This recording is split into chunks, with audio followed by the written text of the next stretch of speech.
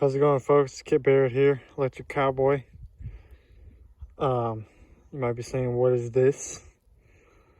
This is some fungus or mycelium. You can see there's like some wood there that I found on my fourth floor. Mixed in with some soil, some leaves, whatever else, but there's a huge mat of it. See all those mycelium. So I'm going to be inoculating my Johnson Sioux Bioreactor. This thing's pretty tall. It's about about 7 foot tall. You see our temperature is at 80 degrees, which is apparently perfect. It's kind of cooled down. And this is a mixture of, it's mostly hay compost.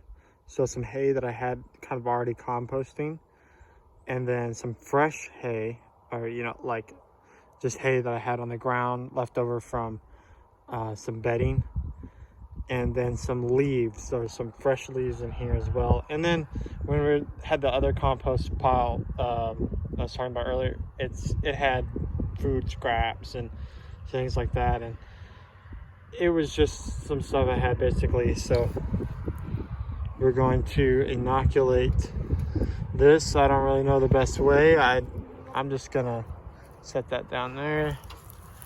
I'm just gonna dig back a little bit, not too deep. Place that in there and just lightly cover it. It has air, and that's one thing that's very important about this system with having these stand pipes that I am going to be pulling out. But that fungus is very anaerobic species. It needs oxygen to proliferate to grow. It needs oxygen. So that's the advantage of having this more of this cylinder shape, tall cylinder shape to your compost pile, and then having these stacks coming down, is that it is a very oxygenated environment to promote fungus growth. That is the point of this. Is not a bacterial compost, it's a fungally dominated compost. And that's why you have low temperatures. A bacterially dominated compost would be up in the 130 to 160 range, that gray area there. That's when you're making good fungal compost. Bacterial compost. But fungal, they're a different type of living organism, and they definitely do not like that hot. So down here in this 80 degree range is perfect. And the next thing I'll also be doing is getting some composting worms to put in here. Here in a couple more days, I'm gonna pull these stacks out. That's what Dr. Johnson says you can do, is that this pile will form up, and you pull these tubes, these PVC pipes out, and they will hold the shape all the way down. And these pipes go all the way down, clear down to the bottom. There's a pallet down here, just like a regular shipping pallet.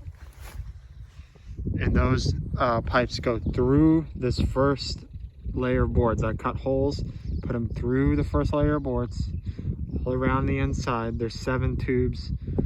I think, if I remember right, that Dr. Johnson only says to put like 5, but more is not bad.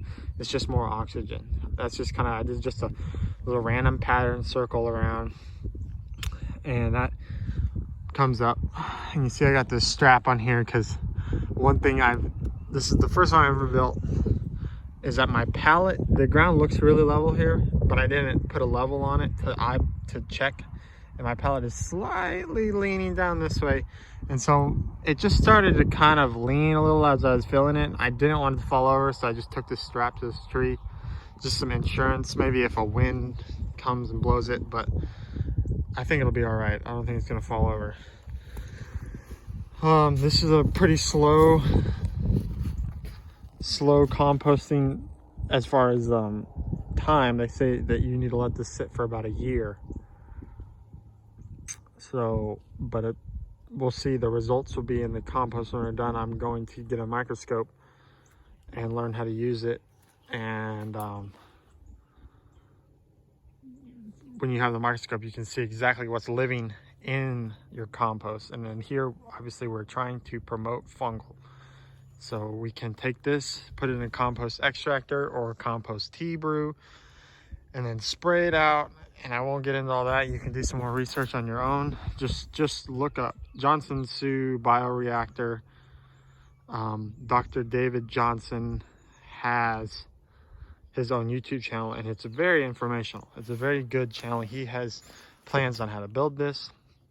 He shows how he built an extractor, and I'm going to build one very similar to his, and I'll make a video of that when I do.